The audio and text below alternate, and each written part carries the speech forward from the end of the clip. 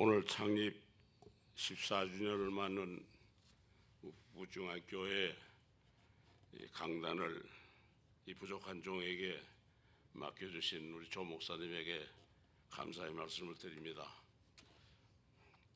이제 나이가 많아서 이제는 뭐 어디 갈 데도 없고 오랜 데도 없어요. 그런데 이 90이 넘은 노정을 그래도 오라고 그러셔서 제가 너무 감사한 마음으로 오늘 이 자리에 섰습니다. 그런데 그 감사한 만큼 좀 은혜를 말씀을 전해야 될 텐데 그게 이제 걱정이 돼요. 오늘 14년 창립 기념 예배 순서를 보니까 순서지가 너무 간단해. 한 페이지도 안 되고 반 페이지밖에 안 돼서 너무 좀 순서가 좀 너무 단조롭다 그렇게 생각을 했는데 우리 한울림 사모 중창단께서 오셔가지고 이렇게 아주 은혜롭고 아름다운 그런 찬양을 해주셔서 아주 얼마나 돋보이고 은혜가 되는지 알 수가 없어요. 하나님이 기뻐하실 줄 믿습니다. 감사합니다. 오늘 창립 14주년 예배인데 제가 집에서 보니까 이런 게 나왔어요. 이거 여러분 뭐지 기억하세요? 이 교회 창립 감사 예배 순서지입니다. 이게 14년 전에 저 포스트 콜로니 UMC에서 창립 예배를 드렸어요. 이 교회가 창립될 때는 그 무슨 저 이동식 건물 그 초라한 이동식 건물 한 동에서 시작을 했습니다.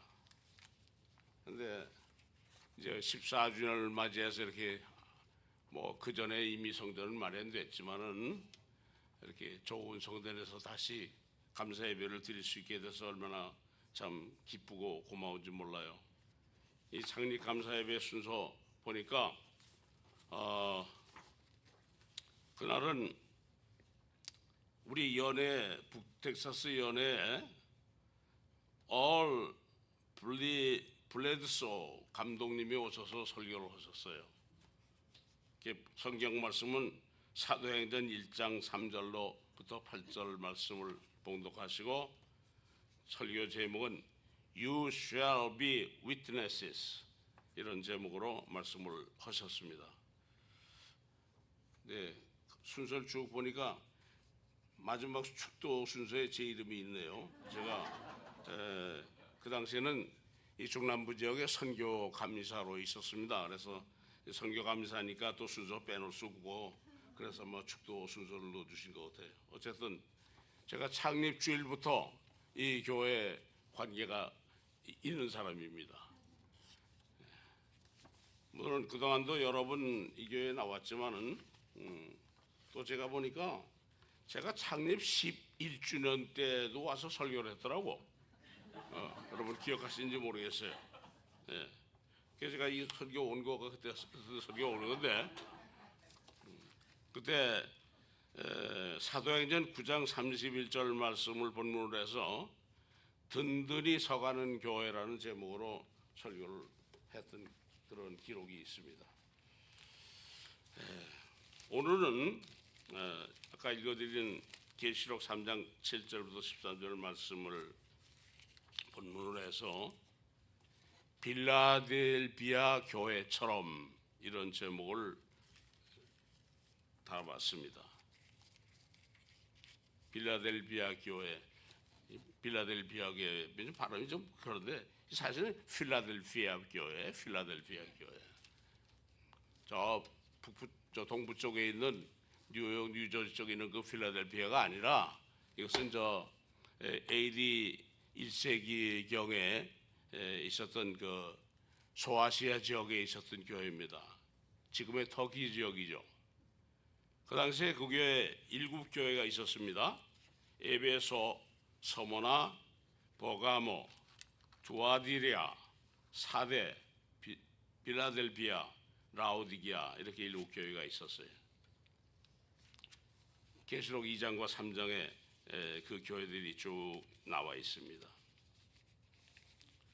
근데 이 교회들은 참 각기 다 특징을 가지고 있는 독특한 교회들이었는데 이 교회들을 세 부류로 나누어 볼 수 있습니다. 첫째 그룹은 책망만 받고 칭찬은 받지 못한 교회 그룹이 있고, 두 번째 그룹은 책망도 받았지만 칭찬도 받은 그런 그룹이 있고, 셋째는 칭찬만 받고 책망은 받지 않은 그런 교회 부류가 있습니다. 이 셋째 부류에 속하는 교회는 서머나 교회와 필라델피아 교회가 두 교회입니다. 그래서 오늘 저도 우리 교회가, 우리 북부중앙교회가 필라델피아 교회를 본보기로 삼아서 칭찬받고 축복받는 그런 교회로 발돋움하자 하는 그런 말씀을 드리고자 하는 것입니다. 오늘 성경 본문에 보면은 8절에 이런 말씀이 나와 있어요. 8절 말씀 좀 띄워주시겠어요? 네. 필라델피아 교회는 적은 능력으로 말씀을 지켰고 주님을 배반하지 않았다고 8절 말씀에 기록하고 있습니다.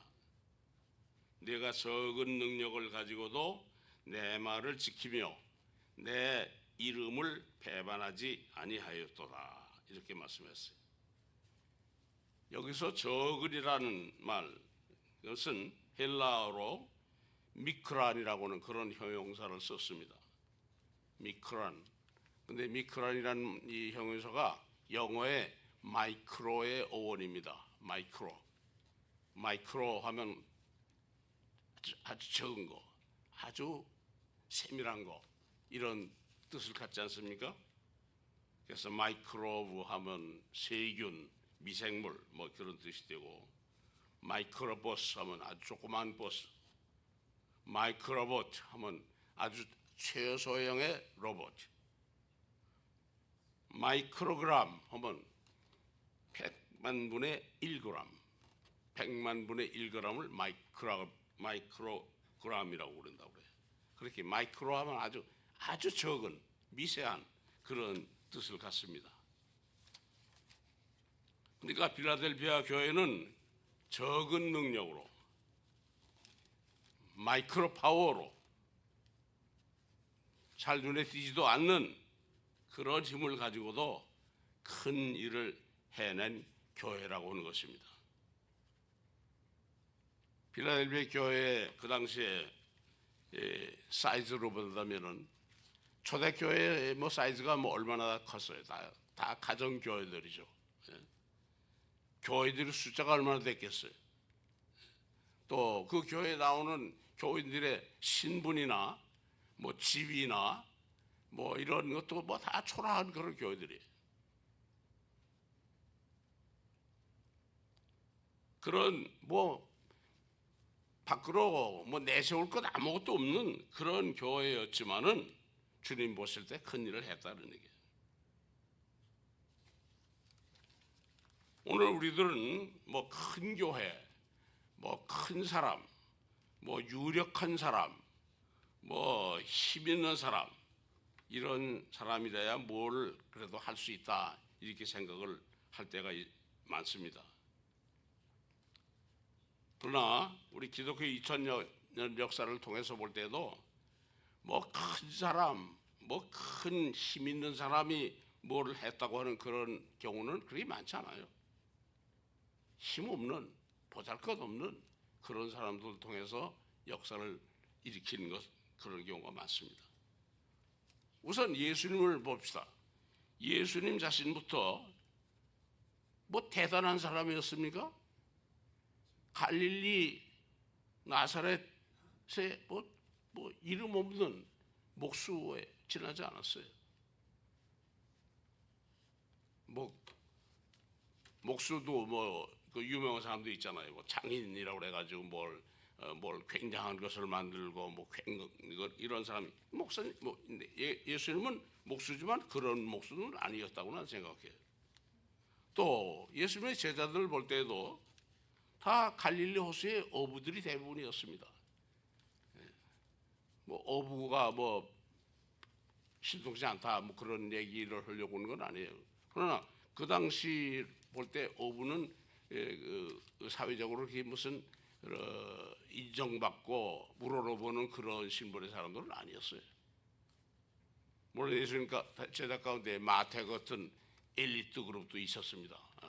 마태는 그때 세리였지 않습니까? 우리는 그 마태를 세리라고 해서 굉장히 안 좋게 보지만 그때 당시 세리했으면 그 대단한 사람이요. 하지만 대부분의 사람들은 다 어부에 불과했다는 얘기예요. 그러나 그들의 역사가 얼마나 위대합니까? 필라델피아 교회가 그 적은 능력으로 해냈던 일은 두 가지를 오늘 보면서 볼 수가 있습니다. 첫째는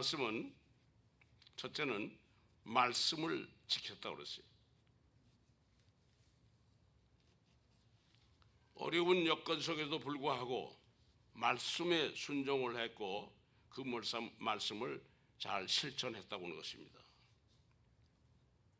영어 성경에 보면 You have followed my teaching and have been faithful to me 그랬어요. 예수님의 가르침을 잘 따르고 follow하고 그리고 faithful to me 예수님에게 아주 신실했다 이런 얘기죠. 또 10절에 보면 내가 나의 인내의 명령을 지켰다. 예수님께서 인내하라고 하는 그 말씀 그것을 잘 실천했다는 얘기예요. 영어에 보니까 You have kept my command to endure 그런 표현을 썼습니다. 이렇게 예수님의 말씀을 잘 따르고 실천하는 것 이것이 큰 일입니다. 그것이 위대한 일입니다. 오늘 참 불행하게도 부끄럽게도 우리 교회가 이 불신 사회로부터 별로 그렇게 존경을 받지 못하고 존경은 고사하고 좀 비난받고 홀대받는 그런 면 우리가 있지 않습니까? 그 왜 그렇습니까, 그 사람들이? 교회에 이런 팔로우하는 페이스풀한 그런 모습이 없다는 거예요. 그것이 결여되기 때문에 그런 거예요.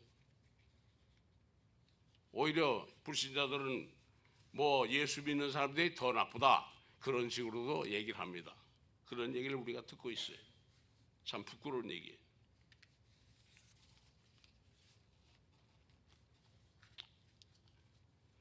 통상 교회 안에서도 보면은 무슨 이게 통계적으로 무슨 이렇게 증명된 얘기는 아닙니다. 그러나 통상 보면 주님의 말씀대로 순종하고 실천하고 이렇게 그렇게 하려고 노력하고 애쓰는 그런 사람들은 신앙생활의 연조가 그렇게 깊지 않은 분들, 초신자들 오히려 그런 분들에게서 그런 모습을 많이 볼 수 있어요. 그런 반면에 오랫동안 교회에 들락거리고 그런 사람일수록 자기 연륜과 경험만 내세우고 이렇게 참 순종하고 실천하는 그런 삶을 살려고 노력하는 면은 좀 덜한 것 같은 그런 모습을 볼 수가 있습니다. 그래서 우스갯말로 그렇게 얘기하잖아요. 모태신앙. 모태신앙은 뭡니까? 어머니 뱃속부터 신앙인이라는 그런 뜻이에요. 근데 모태신앙이라고 그러잖아요. 이것도 못하고 저것도 못하고 아무것도 못하는 모태신앙. 대단히 바람지 못한 그런 모습입니다. 주님이 기뻐하시는 것은 적은 능력의 사람일지라도 말씀에 순종하고 실천한 그런 사람입니다. 우리도 주님의 말씀을 잘 지키고 실천합시다. 주님 성경 읽으라고 주님 말씀하셨으면 열심히 읽고, 배우라고 말씀하셨으면 열심히 배우고, 섬기라고 말씀하셨다면 섬기고, 사랑하라 하셨으면 사랑하고, 용서하라 하셨으면 용서하고, 그렇게 해야 됩니다. 그걸 우리가 제대로 못하니까 세상 사람들이 손가락질하고 교회가 비난을 받는 겁니다. 둘째로 이 빌라델피아 교회가 한 큰 일은 주님의 이름을 배반하지 않았다는 것입니다. 이 배반, 배신, 이거 참 고약한 거죠. 그 당시 소아시아 지역은 로마의 식민 통치를 받았죠. 그래서 로마 황제를 하나님처럼 섬겼습니다. 그렇게 하라고 강요했습니다. 근데 기독교인들은 로마 황제를 하나님으로 섬기지 않고 하나님을 하나님으로 섬기니까 핍박을 받고 박해를 받을 수밖에 없었을 것입니다. 그것이 무려 300년 동안이나 지속됐어요.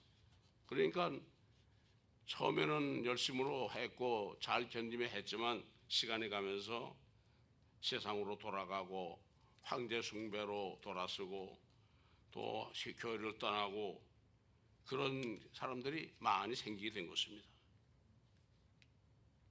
그런 상황 속에서도 빌라델피아 교인들은 힘도 없고 권력도 없고 뭐 신분도 명예도 별로 없는 그런 처지였지만 적은 능력으로 주님을 배반하지 않았다는 것입니다. 또 빌라델피아 교회가 직면하는 도전이 또 다른 것도 있었어요.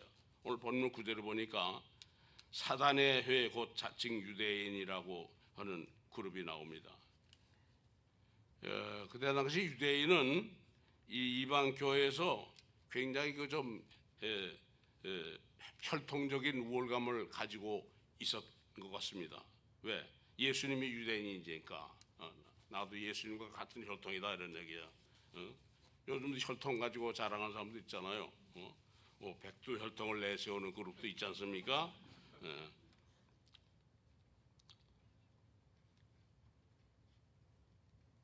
이 유대인임을 내세우는 그런 교만한 무리가 교회를 파괴하고는 그런 사탄의 역사가 교회 안에 일어나고 있었던 사실이 있는 것 같습니다.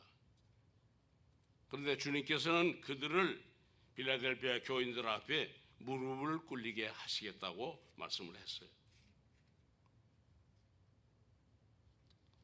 아마 그들이 어떤 일을 했는지 그 성경에는 기록되지 않았는데 저희가 이제 추측해 볼 때 뭐 패거리 만들어서 교회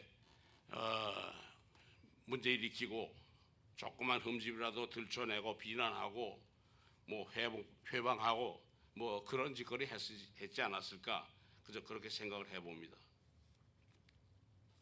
근데 이러한 외부적인 핍박과 내부적인 이런 이 문제들이 오늘날 교회는 없느냐? 오늘날도 마찬가지예요. 공산주의나 이슬람권 국가들에서는 교회가 얼마나 핍박을 받고 탄압을 받습니까? 잡아 죽이잖아요. 북한이나 중국은 뭐 거기 제대로 된 교회가 있습니까? 뭐 가정교회라고 뭐 지하교회라고 하는 교회가 있다고 그래요. 지하교회. 지하교회는 그것은 순수한 교회겠지만 겉으로 나타나는 교회, 뭐 봉수교회, 뭐 이거 다 가짜예요. 이거. 또 그렇다고 해서 공산권이나 회교권이 아닌 그런 나라에서는 기독교 뭐 그런 그 반대 세력이 없느냐? 아니에요. 자유 민주주의를 표방하는 그런 나라 가운데에서도 그런 세력들이 있습니다. 대단히 미안한 얘기지만 우리 고국 대한민국에서도 민주당 의원 78명이 코로나 사태를 빙자해서 교회 폐쇄 법안을 찬성했던 사실 여러분 아시는지 모르겠어요. 교회에 자꾸 사람이 모여서 코로나가 번지니까 이 교회 없애버리자, 법으로 교회를 없애자 하는 법안을 상정했었어요. 거기에 서명한 사람은 78명입니다. 자유대한민국에서. 그러면 그때만 그랬냐? 최근에도 교회가 압수수색을 당하고 목사를 구속 수감한 그런 일이 지금 진행 중이에요. 손현보 목사님, 부산에 계신 목사님이라고 그러는데 손현보 목사님은 지금도 갇혀 있습니다. 자유대한민국에서 뭐 선거법 위반했대요, 그 사람이. 어떻게 위반했는지는 난 모르겠는데, 다행히도 우리가 살고 있는 미국에서는 뭐 그런 일은 없습니다만은, 그러나 반면에 우리는 오히려 라오디기아 교회처럼 잘 먹고 잘 살고 윤택하게 지내는 여유만만한 그런 삶 가운데서 주님을 소홀히 여기고 예수님을 직장이나 사업의 뒷전에 세워둔 채 아쉬울 때만 잠깐씩 불러내서 뭐 좀 도우라고, 뭐 마치 무슨 종부리듯이 그런 식으로 신앙생활을 하는 경우가 있지 않습니까? 이게 교회의 위기입니다. 조금 불편한 일, 기분 좀 상하는 일, 뭐 내 마음에 안 든다. 그래서 교회를 뭐 비난하고 뭐 또 떠나고 그런 일이 우리 주변에 뭐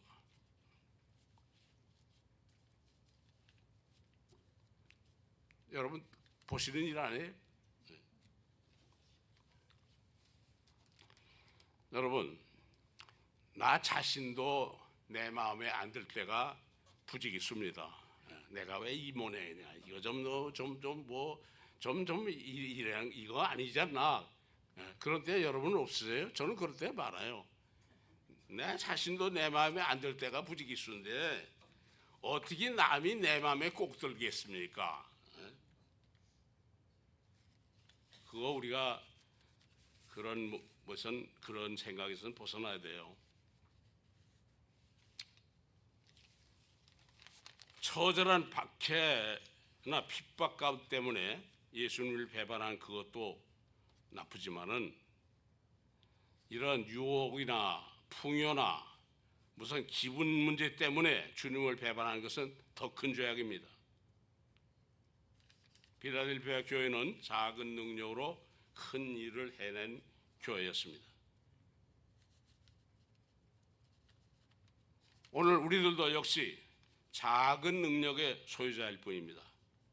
그러나 그 작은 능력으로 큰 일을 해낼 때에 하나님의 놀라운 축복을 받는다는 사실을 깨달아야 합니다. 시간이 많이 갔네요. 세 번째로 작은 능력으로 큰 일을 해낸 교회에 주신 축복을 살펴보겠습니다.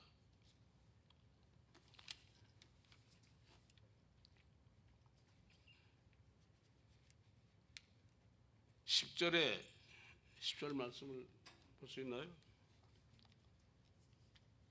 10절에 보니까 내가 너를 지켜주겠다 이렇게 말씀하셨어요.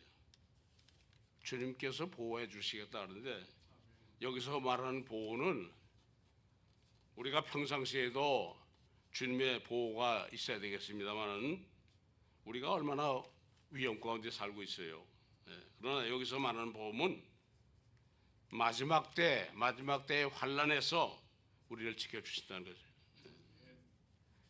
여기서 지켜주신다는 말은 그냥 안전하게 이렇게 보호해준다 그런 뜻이 아니라 그 환난을 이길 수 있는 그런 힘을 우리에게 주셔서 우리를 지켜주신다는 말씀입니다.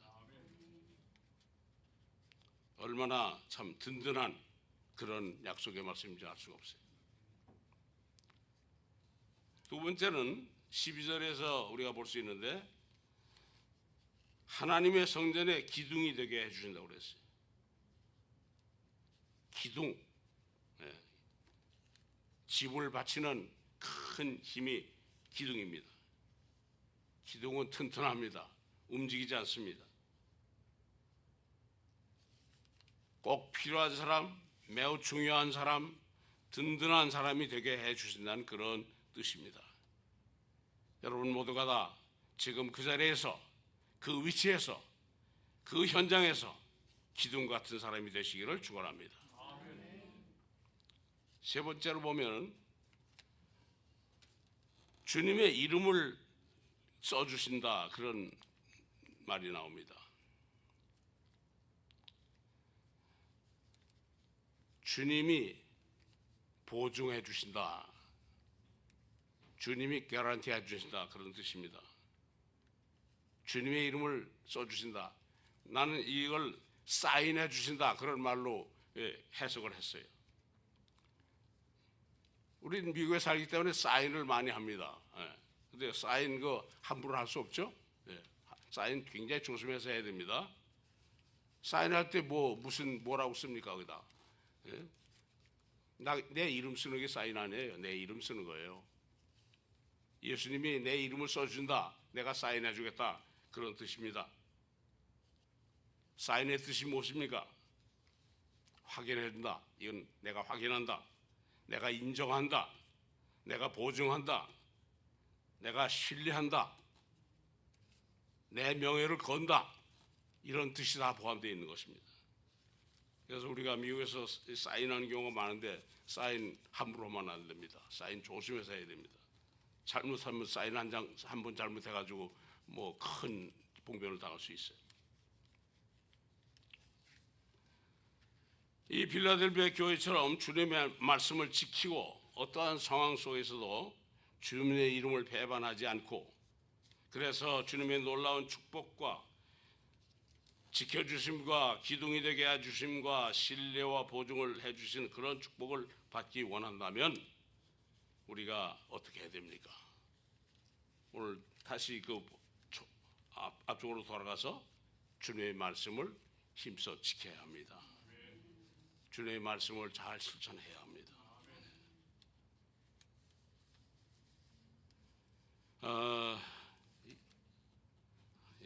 시간이 많이 나서 말씀을 마쳐야 되겠습니다. 조금 말씀이 있는데 마쳐야 될 것 같아요. 네.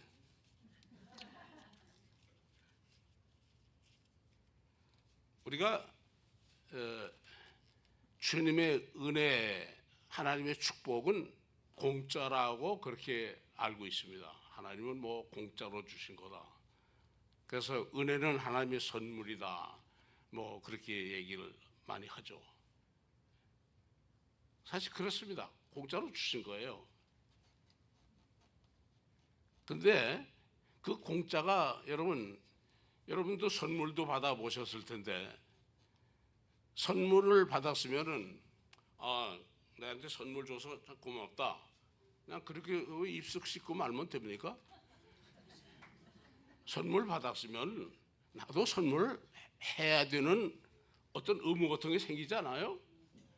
물론 선물을 하라고 그러진 않아요. 내가 너 선물 줬으니까 너도 이런 선물 나한테 해, 그런 뜻으로 준 건 아니에요. 절대로. 선물하는 사람은 그냥 준 거예요. 그러나 받은 사람의 입장에서는 선물 줬으니까 고맙네, 그리고 그냥 입 씻고 말면, 글쎄 그 사람 그렇죠. 내게 그걸 갚아야 하는 의무가 생긴 겁니다. 하나님의 은혜도 마찬가지예요. 하나님의 은혜도 우리에게 그냥 공짜로 주셨어요. 하나님이 내가 줬으니까 갚아, 안 갚으면 그건 아니에요. 하나님은 그냥 주셨어요. 그러나 받은 우리는 그걸 보답해야 할 그런 의무가 자동적으로 생기는 거예요.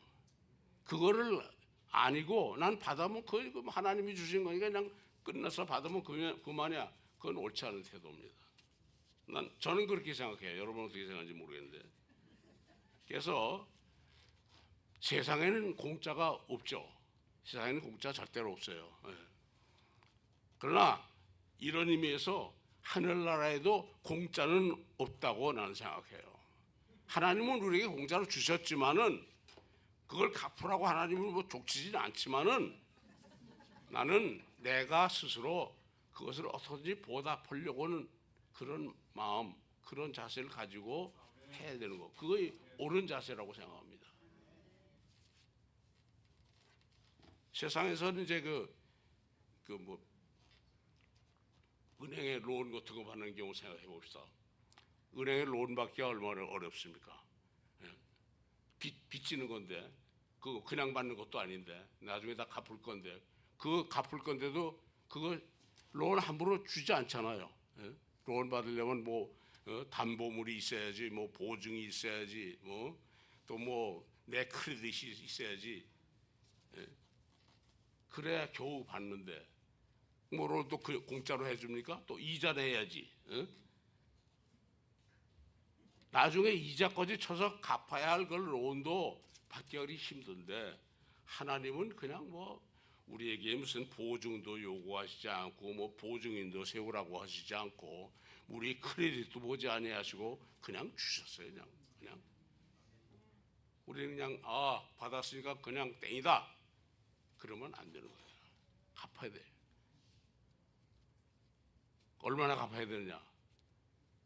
하나님이 주신 걸 우리 100% 갚을 수 없습니다. 도저히 갚을 우리 능력이 없어요. 다만 우리의 최선을 다해서 갚는 노력을 해야 됩니다. 10%가 되려는지 5%가 되려는지 1%가 되려는지 우리가 최선을 다하고 하나님이 그 최선을 인정만 해주신다면 0%라도 that's okay. 그냥 탕감받을 수 있어요. 중요한 것은 우리가 그것을 보답하려고 하는 마음, 갚으려고 하는 그런 자세, 그거는 잊어서는 안 된다는 것입니다. 오늘 우리 북부중앙교회는 빌라델피아 교회와 같은 하나님의 말씀을 잘 지키고 실천하고 주님을 배반하지 않는 그런 믿음에 서서 하나님의 크신 은혜와 축복을 받으시기를 주님의 이름으로 축원드립니다. 아멘.